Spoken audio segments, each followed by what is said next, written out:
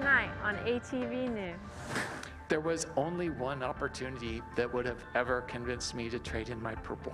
USU's 18th president was just announced. We'll tell you why he traded in his purple for true blue. Food stamp recipients are not going to be able to get their food stamps for the month of November. Today marks the longest government shutdown in U.S. history. We'll show you how one USU student went above and beyond to help families in need. It was cold last week and warm this week. What's next? I'll tell you on ATV Weather. All that and more, ATV News starts now. From the campus of Utah State University, the Department of Communication and Media presents the award-winning newscast, ATV News. I move to appoint as the 18th president of Utah State University, Brad L. Mortensen. By this time next week, Utah State University will have a new president in office. Welcome to this edition of ATV News. I'm Alicia Archibald. And I'm Elsa Christensen. USU's 18th president will be Brad Mortensen, an Aggie alumni who graduated in 1996 with a bachelor's degree in political science. Mortensen has served as president of Weber State University since 2019 with experience that some say makes him the ideal candidate. He's a proven commodity. He's done this, and he's shown innovation. He's shown that he really can change education and understands how education's shifting and changing. He is a true-blooded Aggie, and he's here to stay, and he's here to lead Utah State. Following abrupt administrative changes last spring, students say they are looking forward to the future with hope. The unofficial results are in for Cache County's elections. Mayors and city council members were chosen for several cities in the valley, and we have the unofficial results.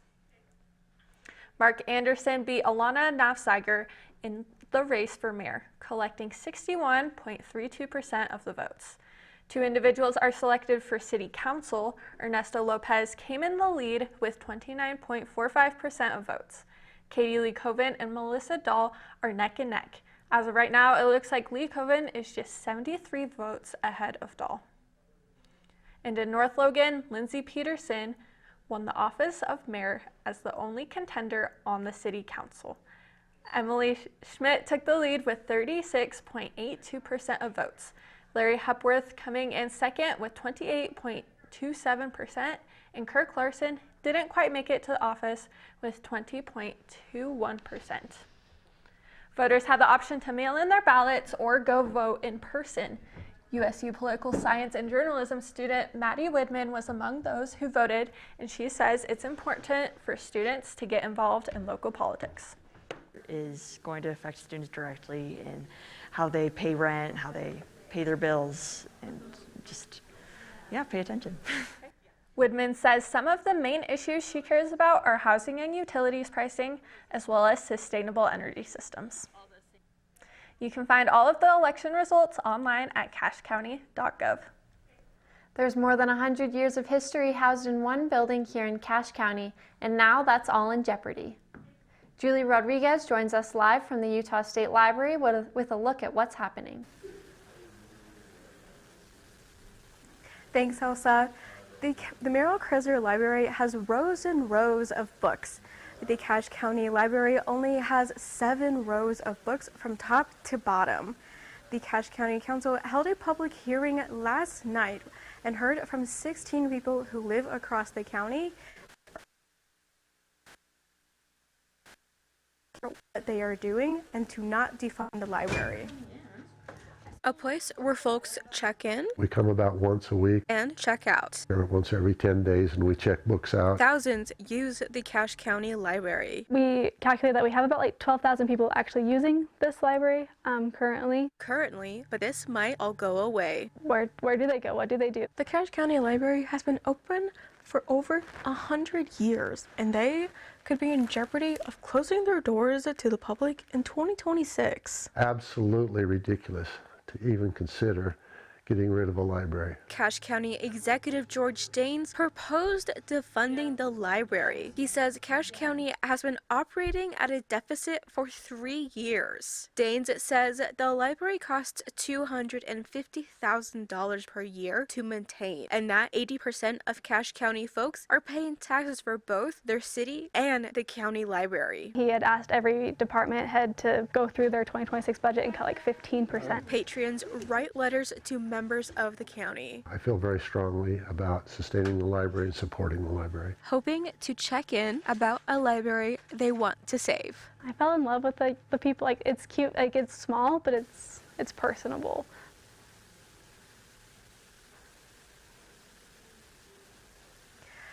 The Cache County Council will be holding a public hearing on November 18th, and they will vote on it in December. Reporting live, Julie Rodriguez, ATV News. Thank you, Julie. This government shutdown has been the longest one in U.S. history, and it's hitting home right here in Cache Valley. Kaylee Moss shows us how even the poorest of people are helping out. Collecting supplies They're not getting a paycheck. They're still working. They're just not getting a paycheck. has become a lifeline There's estimated about 6,000 families in Cache Valley on food stamps. for thousands during the longest government shutdown in U.S. history. Even if they fund the government today, November is still gone. They won't get them for November. According to the director of the Cache Valley Food Bank, about 2,000 families a month come here to put food on their own tables. And help has come from unlikely places. College students, I felt like, are some of the poorest people in Cache Valley. Carson Cunningham would know, a senior at Utah State University. Carson decided to collect supplies from fellow students to help their community. Let's go. And we were still able to raise like over $400, 1,210 items. And there are a lot of people here that would like to say thanks in person if they could. I really wish that donors could see the end result. Kaylee Moss, ATV News. For more information about the government shutdown and food resources, check out our Facebook page. And on the 30th of October, Utah State University campus was filled with more than just students and what it might be just music to your ears. A celebration to invite spirits of the dead to visit the living allowed students to connect with their friends and family and learn more about the Hispanic culture. The day before Halloween, the Center for Community organized the Day of the Dead procession on the USU campus. There was color and rhythm as people walked across campus, turning it into a living tribute to music and tradition. People with painted skull faces and vibrant traditional Hispanic clothing brought the campus to life with their music. The 1.5-hour Day of the Dead procession is part of the USU Hispanic Heritage Month celebration. What a great way to celebrate. The bright colors go great with the fall leaves. And it's such a great day outside today. Speaking of which, Evan joins us here at the desk with weather. Evan, how's it looking outside? Well, along my walk here, it was pretty nice outside, but it was really warm for November. Coming up, right now we are in lower temperatures. As you can see, students are wearing layers. I'll let you know if you should keep your coat close by. The current temperature in Logan is 69 degrees. A lot of fun, good family tradition. This is not your typical traffic jam. We'll show you how one family tradition closed off the highway for 2 days. I don't want to say dangerous. It's only dangerous if you make it dangerous, and sometimes people choose to do that. This isn't your typical classroom at Utah State University. We'll show you how these students are learning how to do a flip. And coming up, we'll show you how Utah State University's Plant, Soils, and Climate Department added more to the annual Brick by Brick competition.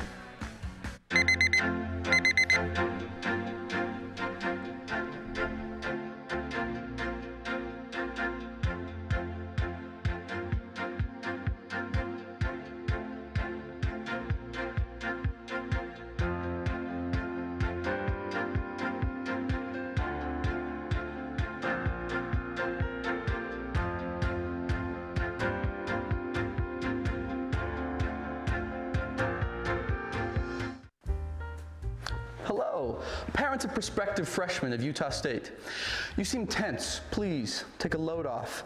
Here at Utah State, we know the value of balance in student life.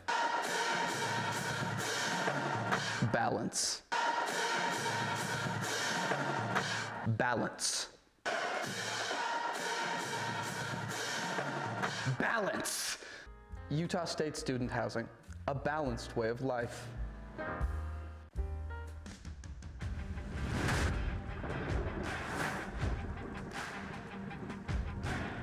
Welcome to ATV Weather. I'm Evan Van Wagenen. To start, let's take a look at our national radar. As you can see, on the East Coast over here, there was quite a bit of rain, but that didn't really affect us. But if we take a look at our West Coast over here, we've got quite a bit of rain happening up here in the Pacific Northwest. Will that affect us? Let's take a look. Let's take a closer look at our state radar. As you can see in our state radar here, not really much is happening today, but that could change later on in the week. Let's take a look at our 7-day forecast. So if you take a look at our 7-day forecast, today we look like we're in the high 60s, which is pretty warm, but in the upcoming days, we're getting some rain. It's gonna drop us down into the low 50s. Through Thursday and Friday, we've got some precipitation, but as we move into the weekend, we are going to see Saturday and Sunday, and then into Monday and Tuesday, it's gonna clear up a little bit. And then through the weekend, Saturday and Sunday, it's the low to mid 50s. And then when we move into Monday and Tuesday, it goes up into the high 50s. That should be it for weather. Back to you guys at the desk. Thanks, Evan. Utah State University Pickleball Club is starting a petition for their rival school. Julie Rodriguez sat one-on-one with their president of the club and asked them why. Utah State University has a pickleball club and practices every Tuesday and Thursday. We've had a club here at the university for a few years. USU Pickleball Club competed in tournaments that lasted 3 days, Friday, Saturday, and Sunday. Got lots of people coming to practices. People want to be on the competitive team. Their president noticed that Brigham Young University had to pull out of every tournament they attended. It kind of irked my sense of justice a little bit. Brigham Young University created a club earlier this year for students on campus to play pickleball and compete in tournaments. We played our very first tournament in February of this year. But they have one problem they are running into. We weren't allowed to play Sunday.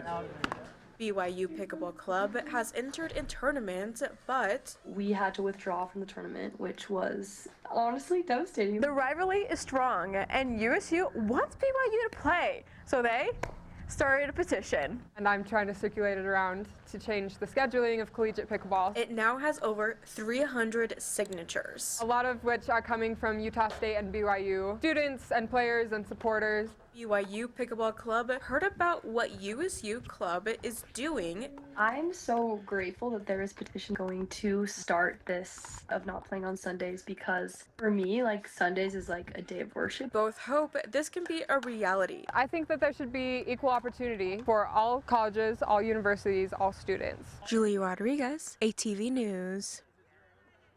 USU Pickleball Club petition can be found on our Facebook page and on their Instagram page, USU Pickleball. There was a 2-day traffic jam between Manaway and Brigham City, but the cause might surprise you. Over 2,000 sheep are roaming the highway between Manaway and Brigham City. People have parked along the streets taking pictures of the traveling sheep. The sheep are heading to their winter pasture in Bear River City, which is a 23-mile migration. The family herding the sheep have done this since 1945. F. Jensen Livestock moves their sheep between their summer pastures in the hills of Cache and Weber counties to their winter pasture. This 2-day-long migration is held annually every October.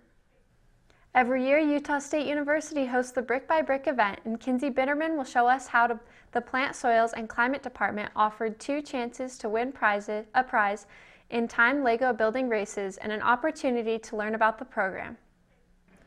The Plant, Soils, and Climate Department table was full of models representing areas in the degree for students to learn about. You can see it was showing things involved with plant science like irrigation and potted plants, and also things like residential landscape design and more. Represent what we do in our daily lives and be able to sit down and be creative and fulfill what we like doing with Lego bricks. Noah Langfield and his colleagues from USU's Plant, Soils, and Climate Department think there is more to it than building with bricks and winning represent prizes. what we do in our daily life. At the Plant, Soils, and Climate table, there were two competitions. The first competition was putting together a dandelion model. The second competition was the same thing, but the model had to stay in a plastic bag. The fastest time for the competition was 30 seconds, and for the second competition, it was 2 minutes and 30 seconds. When you think of Utah State, you probably think of typical classrooms, but USU also has a class that teaches you how to flip. USU Club Gymnastics taught their second ever backflip clinic, and coaches say last year was a huge success. Everybody left at least with one on tramp. Okay. Yeah, and I think about half the people left with one on floor. The clinic runs 2 hours long, and coaches say the goal is to leave with a new skill under your belt. The clinic has a total of 10 different stations set up to help all 80 students with little or no backflip experience. At the beginning, there were many falls, but some students ended up sticking the landing. I think that would be so cool to learn how to do a backflip. I remember when I was younger, one of my friends tried to teach me on the trampoline, and it is a lot harder than it looks. Yeah, I can't remember the last time I did a backflip, but I might need to pull up to the next clinic. It looks super cool. And we've got some pretty cool stories coming up. Take a look at that giant pumpkin crushing a car. Coming up, we'll tell you what Big Blue had to do with it. We want to help them grow into their identity of who they are, who God has created them to be beyond the realm of sports and being a college athlete.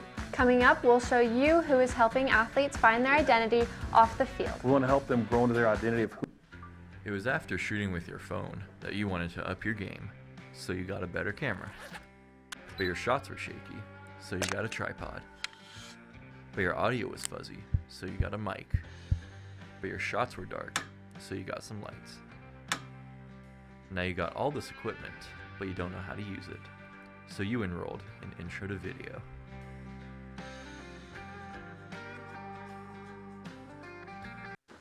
What to expect when you're expecting a teenager. Today we're talking about how to wake up your teen, and this works literally every time.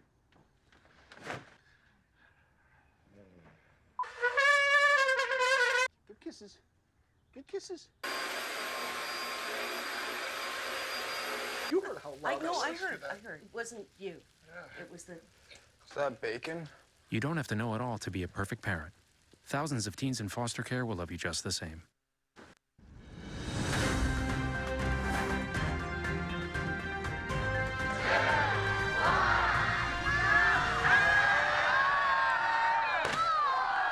There's something you don't see every day, a pumpkin big enough to crush a car.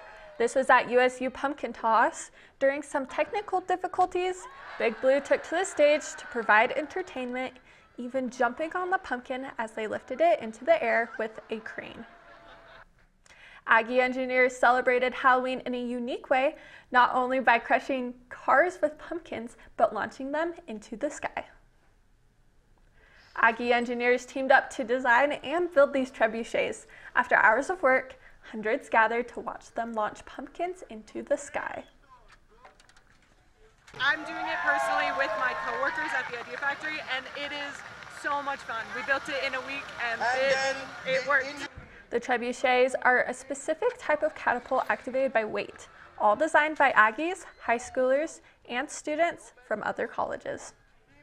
There is a special group here on campus dedicated to helping athletes find purpose beyond the end zone. Kinsey Bitterman gives us the inside scoop. Let God align your heart, your mind, and your affections with Him. Welcome to A Huddle. This is where the Fellowship of Christian Athletes at Utah State University meet to praise God each week. The mission of FCA truly is to lead every coach and athlete into a growing relationship with Jesus Christ and His church. And for Owen Edwards, a USU football player, FCA is a place for him to do just that. You know, the Bible says iron sharpens iron, so does one man sharpen another. So it's kind of nice to just know you have people you can lean on every day through different activities. The Fellowship of Christian Athletes here at Utah State University isn't just for football players, but it's for every other athlete here on campus as well. FCA fills the needs of athletes with things like discipleship, support, prayer, chapel, and even Bible study. Northern Utah FCA Director Josh Longoria organizes ways to serve them in these ways. The needs are big, the needs are growing. We all go through the same kind of pressures, the same stresses like that, so just being able to lean on each other in hard times is huge. USU football defensive back analyst Nino Grant can attest to how Owen feels. I was in FCA when I was in college. I played at the University of Virginia. And this is where Nino developed his relationship with God. FCA helped me find the truth and a community where I could grow and learn about who Jesus was in college. And this is Nino's goal as an FCA volunteer. Not only having athletes give glory to God and Jesus through their play, but help people find real salvation. And the FCA organization believes that real salvation is not found in sports, but through God. We try to teach them your identity is not an athlete. So if you're a follower of Christ, you are a follower of Christ who happens to play a sport. The Fellowship of Christian Athletes organization has a younger presence in Utah. Though they never said every Division I school in the Utah Beehive State has an FCC program, and high schools are starting chapters as well. Students are probably taking it easy this week after a fun-filled week of Halloween activities. And last week, Kaylee brought us to a unique Halloween festivity. Utah State is celebrating Halloween with an untraditional tradition. I am here at the pool on campus where last night students made a splash, suited up in their Halloween costumes for the chance to win the title of the Pumpkin Plunge Champion. A founding father, dinosaur, and Spider-Man all took a dive last night. USU Campus Rec held its second pumpkin plunge for Halloween week. Well, Utah State's a very traditional school. We love to get into the spirit of whatever season we're in. I think this perfectly reflects some good competition, some good costumes, and a lot of fun at Utah State. Contestants were judged on creativity, precision, and overall performance. The crowd cheered for flips and belly flops. The contestants had one chance to get the perfect dive, and this team dive right here was the winner. Well, it sure was fun to watch the students just dive right into the Halloween spirit. But there still is one more contestant ready to make her dive.